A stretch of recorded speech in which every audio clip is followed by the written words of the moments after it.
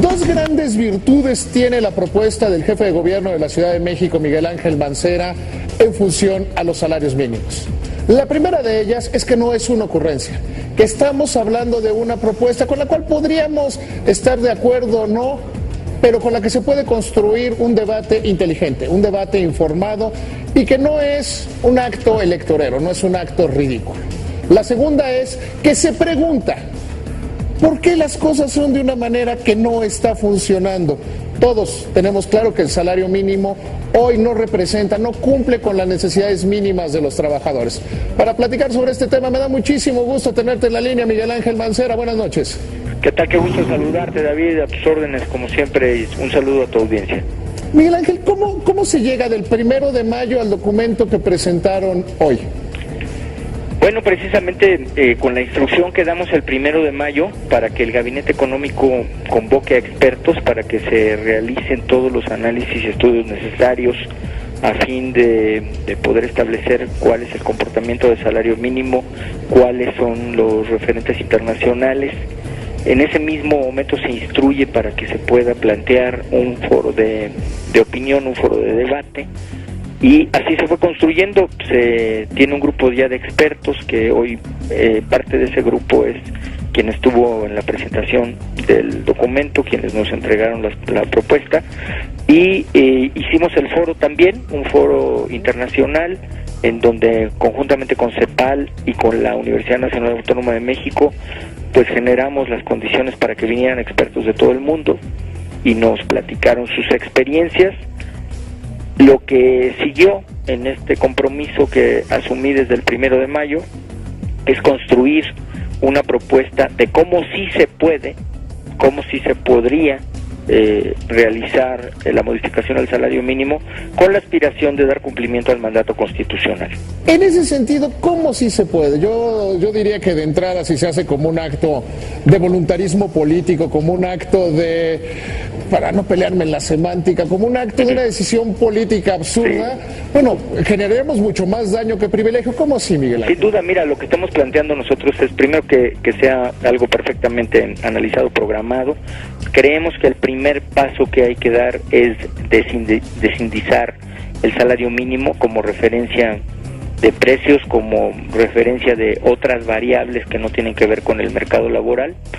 Me parece que ahí se ha avanzado, que hay cierto consenso de que pudiera ser un paso primero, un paso indispensable.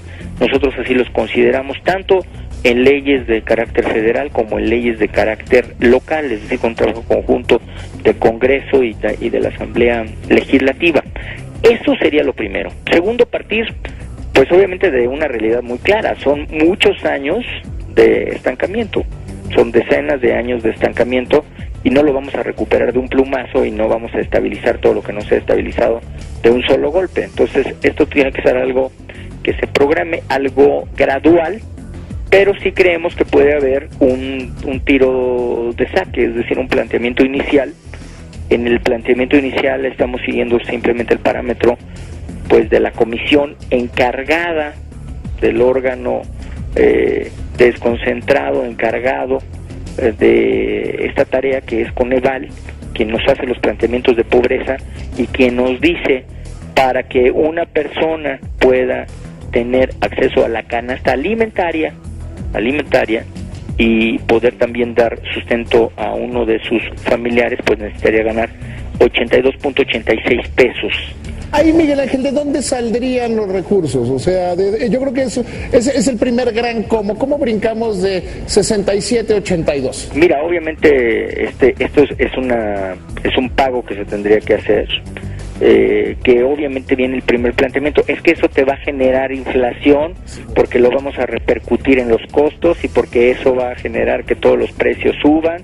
No, porque también ya hicimos un modelo en donde se analizó cuál es el universo de personas en donde tú harías este incremento, que estamos hablando de un incremento más o menos del 15%, cercano al 16%, 15-50, poco más o menos, y tu repercusión en el modelo que se desarrolló, en el modelo económico, a lo más que te podría llegar de una sola vez es a un 0.9%.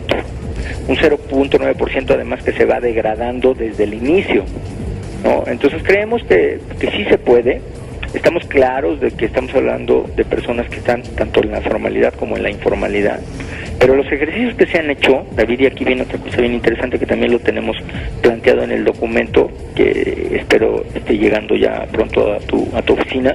Lo hicieron bien porque lo subieron a internet inmediatamente, sí, y también ya se puede empezar a leer, digamos. Exactamente. Pues lo que estamos planteando ahí es este escenario práctico que ya se dio, este modelo económico, este resultado económico práctico que se planteó en, si no me equivoco, noviembre de 2012, cuando se homologa la zona B con la zona A de los salarios mínimos y se hace pues de un solo golpe, es decir... Que hay algunas otras condiciones económicas, digamos, ¿no? Condiciones económicas que además, yo si analizas este modelo, pues hemos tenido productividad. Yo creo que México está en un momento en donde tiene una banca central que es mucho más sólida que escenarios que se han puesto o que se han traído ahora o se han retrotraído a este momento. La verdad no son las condiciones. Entonces, porque ciertamente hay un miedo de que si entramos una carrera precios salarios como la que vimos en la década de los 80, bueno, pues fue desastroso para los trabajadores, particularmente para los que menos tienen. La gran pérdida de poder adquisitivo del salario mínimo se da en las épocas de las inflaciones más altas y se ha recuperado poco, prácticamente nada, en las épocas de inflación controlada. Porque lo dejaste como eso, como un aspecto administrativo, como una unidad de medida de control, como un gran acuerdo de control o de pacto económico, ¿no? Y perdió toda la función y perdió todo el espíritu de la Constitución. Y a mí, pues, que me digan entonces la Constitución para qué estamos señalando, para qué señala lo que se menciona ahí. Yo creo que... Vamos al paso grande, Miguel Ángel. ¿Cómo brincamos? Yo creo que el primero es más o menos sencillo.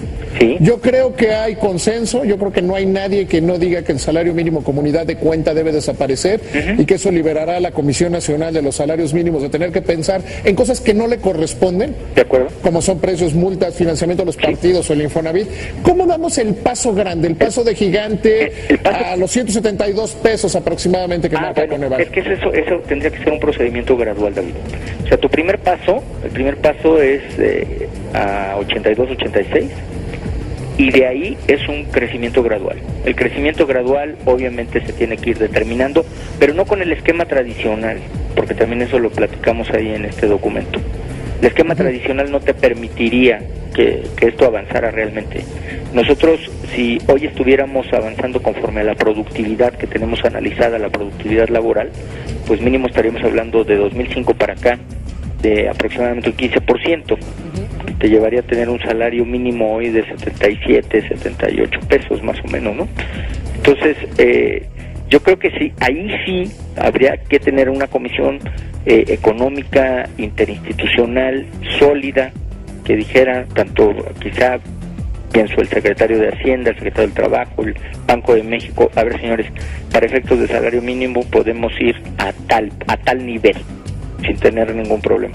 Pues a eso nos vamos, sin que esté vinculado ni a ningún tema de unidad de medida, porque ya tendríamos este trabajo legislativo, y sin que esté vinculado a negociaciones por la temporalidad en que se maneja, ¿no? Yo creo que ahí tendríamos algo muy sólido. Miguel Ángel, al presentar este documento, ¿qué sigue? O sea, yo creo que esto es apenas las bases de una discusión que de repente, y no tiene que ver ni con el gobierno que encabezas ni contigo, bueno, pues se le han metido algunos otros que están ofreciendo productos milagro y ensucian una discusión que yo insisto, desde que la plantearon ustedes en el gobierno de la Ciudad de México, ha sido pues, algo con lo que se puede trabajar y con lo que todos hemos o aprendido o recordado lo que sabíamos de la Escuela de Economía, ¿no? Mira, yo creo, sinceramente creo que lo que sigue, nosotros vamos a poner a consideración de los sindicatos, obviamente de los empresarios, de las universidades, de los investigadores, este planteamiento, que se puede enriquecer, que se puede corregir algún rumbo, que se puede hacer algún planteamiento.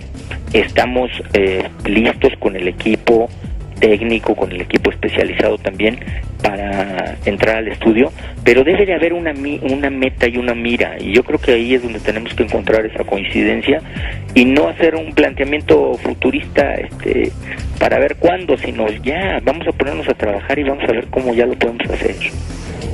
¿Cómo ha transitado esto? Te preguntaría, con el gobierno federal, con las organizaciones de iniciativa privada, ¿cómo ha caminado? Mira, yo he platicado con el señor secretario del Trabajo, con el licenciado Alfonso Navarrete. Obviamente él ha estado abierto siempre a poder platicar, a que podamos analizar cuáles son las condiciones. Él, la última vez que platicamos, me dijo, habrá que reunirnos y habrá que conocer ya la propuesta. Ahora que ya tenemos la propuesta, yo estaré buscando seguramente en las próximas semanas alguna reunión con él para que la conozca, para que la podamos platicar, y estoy seguro que vamos a encontrar una ruta en donde se podrá avanzar, donde México deje de ser un referente como está haciendo hoy en todos lados, en todas las presentaciones cuando se habla de salario mínimo, de lo que no se debe hacer. Pues yo creo que una economía como se está planteando que debe de ser México, a la que estamos aspirando todos, pues no podría estar en falta nada más con la parte que más duele, que son los trabajadores que menos ganan. El gobierno de la ciudad va a hacer su parte también, David. Nosotros hoy asumimos el compromiso de ver condiciones laborales de los trabajadores que tengamos, no de base, sí algunos por honorarios que pudieran estar ganando salario mínimo, para que no suceda eso y para que podamos ir en mejores condiciones. ¿Tú consideras que en este periodo legislativo pudiéramos avanzar suficiente en el primer paso, que yo creo que es el que destraba a todos los demás, que es desvincular al salario mínimo de su carácter de unidad de cuenta? Yo creo que sí puede haber un avance sustancial, creo que sí se puede dar ese paso. Vamos a hacer nosotros todo el esfuerzo, David, no nos vamos a desanimar, por el contrario, la verdad es que yo estoy muy entusiasmado con que esto se pueda presentar. Cada vez que escuchamos gente que está de acuerdo, que se suma especialistas que dicen, nosotros creemos que también es correcto que se pueda hacer, pues nos alienta para seguir en esta tarea, así que ahí vamos a seguir, David. Miguel Ángel, te agradezco muchísimo que me hayas tomado la llamada. Yo creo que es una discusión que nos merecemos los mexicanos, siempre y cuando sea inteligente. Te agradezco muchísimo, Miguel Ángel. Muchísimas gracias, un fuerte abrazo. Te invitamos a seguir cuestionando la información con los siguientes videos.